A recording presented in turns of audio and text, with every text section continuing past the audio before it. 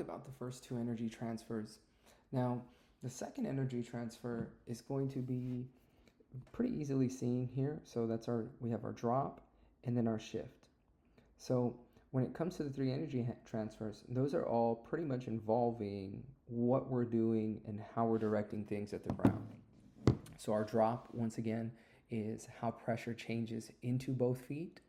And depending on the hip archetype, where the majority of that pressure is going to go. And then the shift is the moving of that pressure. So we see our drop right here is the moving of that pressure onto our single leg. So as mentioned before, the video is the video is almost synced up with the graph here in the force plate.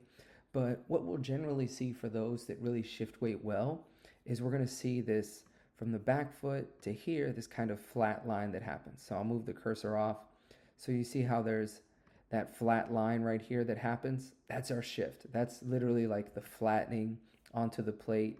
And then our third transfer of energy, which I usually just call, we do drops, shifts, and step throughs.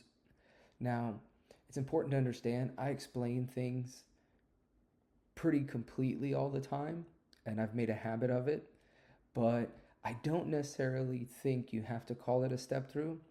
You can call it your fall and finish. You can even call it your drive. You can even not give it a name and just tell it for what it is. It is the moment we're actually applying force into and transferring all that weight and pressure that went into our foot into a direction.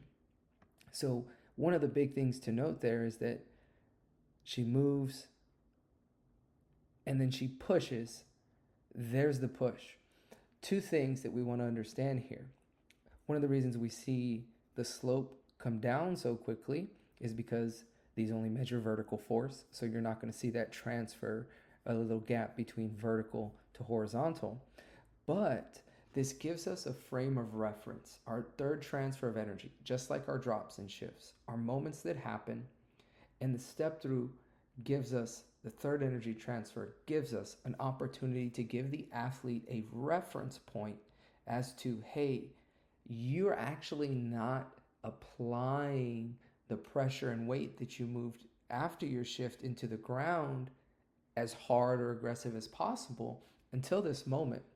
And one of the defining characteristics of that is that most kids will push with the back foot and then immediately think that happens next.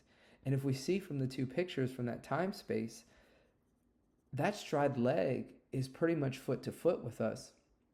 So I'm not actually, number one, in position, skeletal wise, for my body to express the energy from my posterior chain, my hips, hamstrings, calf, until I remain in my hinge and I'm in a position where when that thigh works down and back, it's going to get me to a moment to get to hip extension. One of the biggest mistakes we make during these first three transfers, either in coaching or our athletes that we get in general, is they swing their hips to get to this moment. And that is the absolute incorrect thing to do. And it's one of the hardest things if an athlete gets used to that or is told so many things in that manner. It's one of the hardest things for an athlete to overcome because they swing their hips, and so they're not applying force through their drop and their shift. And so that's why teaching it in a manner of where energy is actually occurring the most and happening is something that can be successful no matter what style of pitching you're teaching, because all these three things are going to happen no matter what the athlete is trying to achieve. There are moments that happen within their pitch. Now it's just about giving them the reference of that.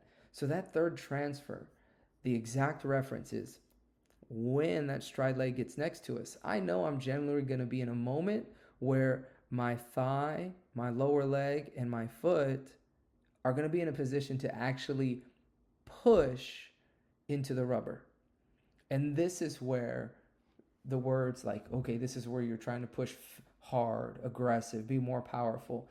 This is the moment we're looking for those adjectives and verbs to occur. And giving the athlete an understanding of when that reference point is important, because a lot of athletes will push their hardest before this moment. I'd say 95% of them will try that. And then the other 5% who may not don't actually know when the moment is, and it's not something they've ever been taught. It's not something they've ever even thought about. They're already trying to throw the ball after their first moment of effort. After their drop and they felt that pressure change, they're pushing and trying to throw the ball. And so the third energy transfer, it's something that occurs, but it's a perfect opportunity to give athletes a reference point for when you're going to have the opportunity to push your hardest to get to hip extension. Because we want to understand that they're not in hip extension in this moment. The hips aren't extended, they shouldn't be extended, and they won't extend because I have to apply force that way first for the pelvis to start to move forward. And it's just like the rear hip cycle. It's just like if we turn this young lady over and her shoulders are on a bench, her foot's on the ground, that's a hip thrust. And so she has to push her feet into the ground to finish the rep for a barbell hip thrust. Those are things we want to be aware of for our athlete. And those are things we want with this third energy transfer to clarify and give in terms of how we're going to introduce it from a drill perspective, a reference point of when this moment happens for them.